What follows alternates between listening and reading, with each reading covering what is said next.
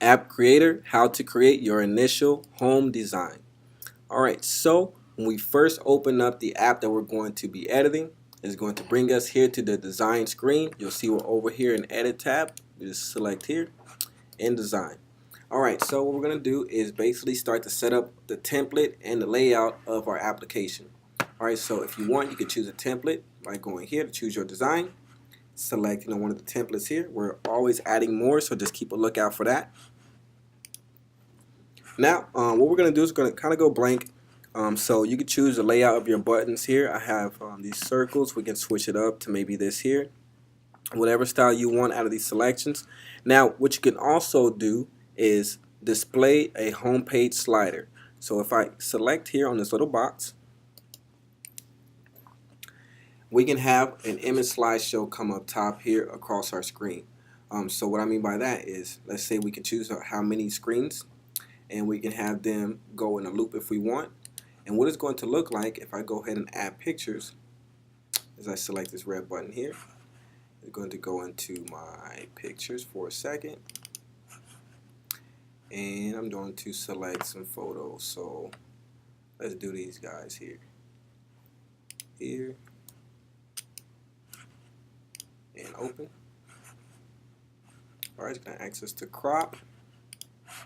It's okay. And we're going to do this for another photo as well. And maybe lips, since they're here. Okay, so obviously the pictures don't look well with this app, but for example purposes, this is what it's going to look like. Okay, so if I come back over here, it's going to display a slideshow for us. So you can get really creative with this, and when you have the right images and the right backgrounds to make this look really nice, you can loop them or not loop them and have them be like this, like so. Okay, so what I'm going to do is I'm going to take this off because I don't like the images. Now the next thing we're going to do is choose our home page image. Simply, you're going to go here, change your photo, select the photo for your background. It's going to ask you to crop for the right sizes.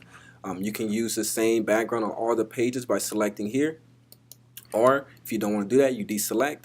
Now you can also choose to hide the iOS status bar up here by the battery and the service. We can do that. If our app is open, we don't want to see it, we can do it just like that. Okay, you're going to choose your country next. The country is very important because this is going to determine what your currency is. So since I'm in the United States, I'm going to use the United States here.